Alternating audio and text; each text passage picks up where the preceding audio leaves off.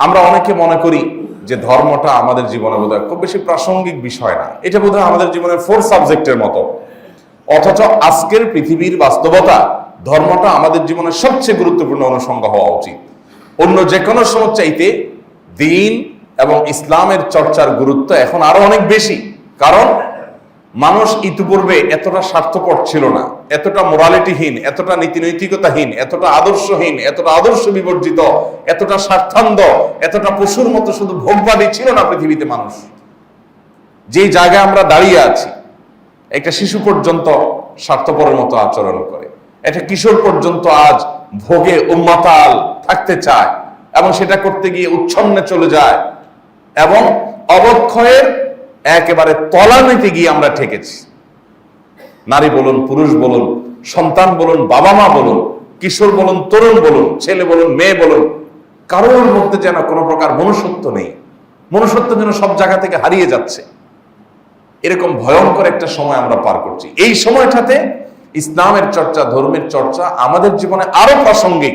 আমাদের সন্তানদেরকে যদি মানুষ বানাতে চাই, আমাদের বাবা মাকে যদি আদর্শ বাবা মা বানাতে চাই, আমাদের শিক্ষকদেরকে যদি আদর্শ শিক্ষক বানাতে চাই, আমাদের শিক্ষার্থীদেরকে যদি আদর্শ শিক্ষার্থী বানাতে চাই, আমাদের তরুণদেরকে যদি আদর্শ তরুণ বানাতে চাই, তাহলে এই সমাজে দ্বীন চর্চার, ইসলাম চর্চার বিকল্প কোনো পথ আমাদের সামনে খোলা নাই।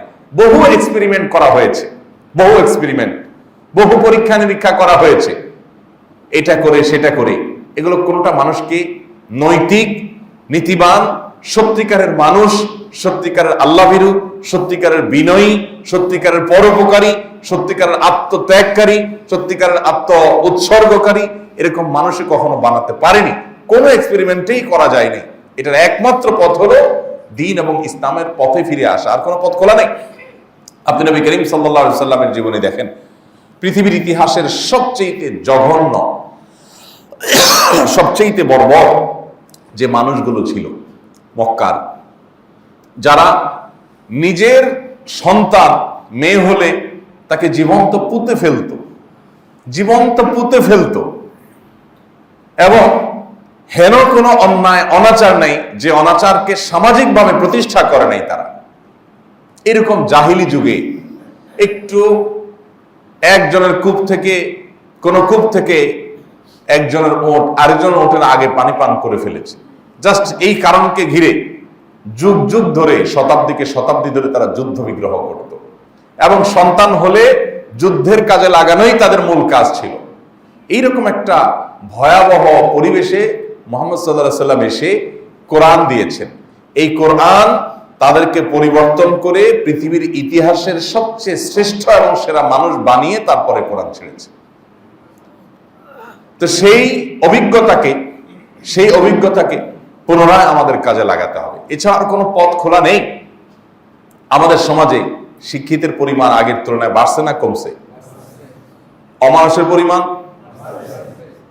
সমান্তরাল ভাবে বাড়ছে।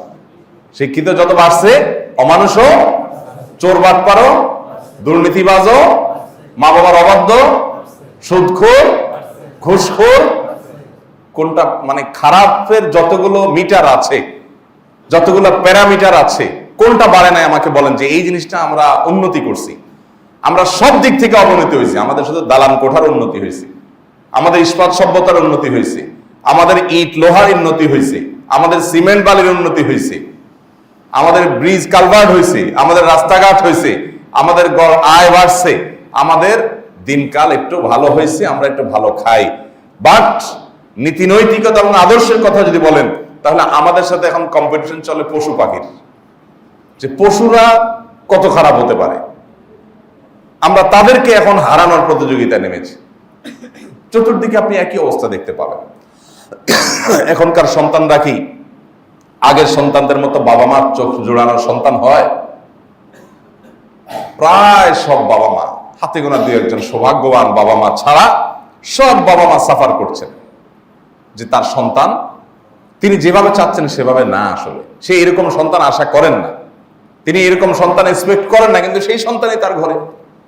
চতুর্দিকে আজকে ভয়াবহ অবক্ষয়। এই অবক্ষয়ের হাত থেকে বাঁচাবার জন্য পৃথিবীর ইতিহাসে, মানব ইতিহাসে যত এক্সপেরিমেন্ট চালানো হয়েছে, আজও গোটা পৃথিবীতে যত এক্সপেরিমেন্ট চালানো হয়, আপনি সবগুলোকে একদিকে রাখেন, আর মুহাম্মদ সাল্লাল্লাহু আলাইহি সাল্লাম মক্কায় যে আল্লাহর দেওয়া ওহীর আলোকে এক্সপেরিমেন্ট চালিয়েছেন সেটাকে একদিকে রাখেন। দেখবেন যে আপদমস্তক অন্ধকার, গুটগুটে অন্ধকারে ডুবে থাকা মানুষটা শুধু কোরআনের ছোঁয়ায় আসার পর, কোরআনের সংস্পর্শে আসার পর তিনি শুধুমাত্র আলোকিত হন নাই, গোটা বিশ্বকে আলোকিত করে গেছেন।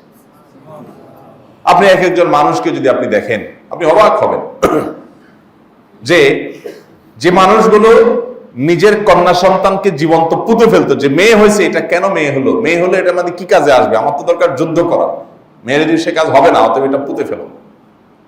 সেই অসভ্যতায় ডুবে থাকা মানুষটা শুধুমাত্র কোরআনের ছোঁয়ায়, হাদিসের ছোঁয়ায়, ওহীর ছোঁয়ায়, দ্বীনের ছোঁয়ায় আসার পর তিনি বরং বেশি থেকে বেশি কন্যা সন্তানের বাবা হতে পারলে সেটার জন্য তিনি প্রাউড ফিল করতেন, গর্ববোধ করতেন। অর্থাৎ রাতকে দিনে পরিণত করে গেছেন। নারীর অধিকার নিয়ে অনেক কথা তো আমরা বলছি আজকাল। আমরা যারা নারীর অধিকার নিয়ে কথা বলছি, আমরা যারা মানুষের অধিকার নিয়ে কথা বলছি, আমাদের জন্ম, আমাদের 14 গোষ্ঠীর জন্মেরও আগে নারীকে পাতাল থেকে আকাশে তুলে দিয়ে গেছেন মুহাম্মদ সাল্লাল্লাহু আলাইহি ওয়াসাল্লাম।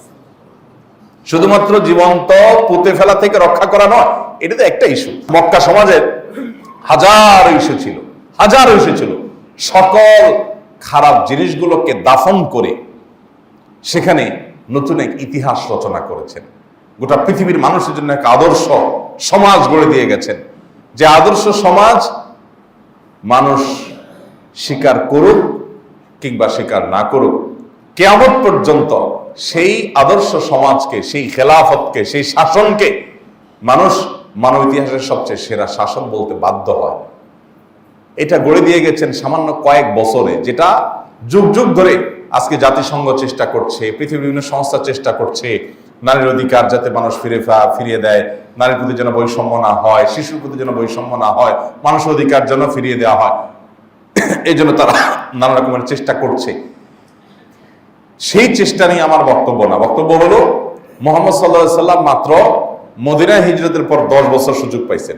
10 বছরের মধ্যে গোটা মক্কা মদিনার পথটাকে পরিবর্তন করে দিয়ে গেছেন। ভাইরা আমার, সেই জায়গায় আমাদেরকে আবার যেতে হবে, এছাড়ার কোনো পথ আমাদের সামনে খোলা নাই।